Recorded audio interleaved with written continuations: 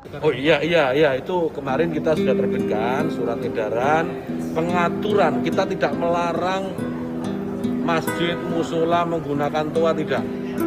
Silahkan, karena kita tahu itu bagian dari syiar agama Islam, ya. Tetapi ini harus diatur tentu saja. Diatur bagaimana volume speakernya, itu toanya itu nggak boleh kenceng-kenceng, 100 desibel maksimal. Diatur bagaimana kapan mereka bisa mulai menggunakan speaker itu sebelum adzan dan setelah adzan, bagaimana menggunakan speaker di dalam dan seterusnya. Tidak ada pelarangan.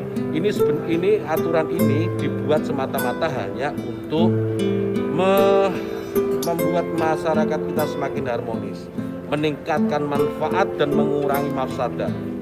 Jadi menambah manfaat dan mengurangi ketidakmanfaatan.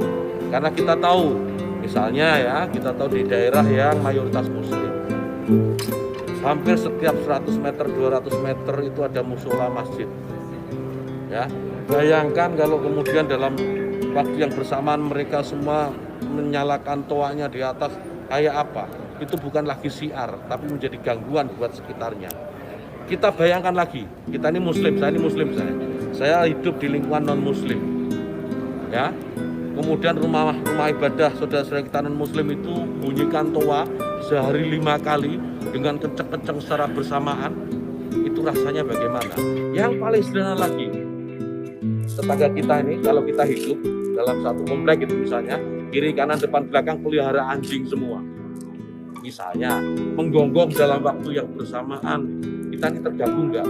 Artinya apa? Bahwa suara-suara ini, apapun suara itu ya, ini harus kita atur supaya tidak menjadi gangguan.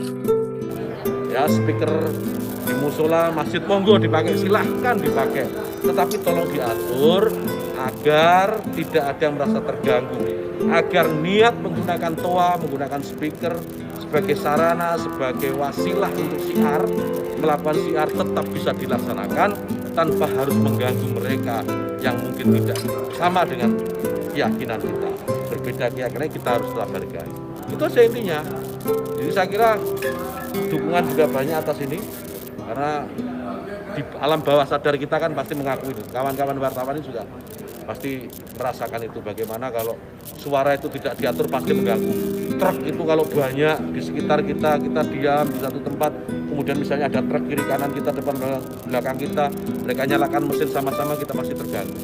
Suara-suara yang tidak diatur itu pasti akan menjadi gangguan.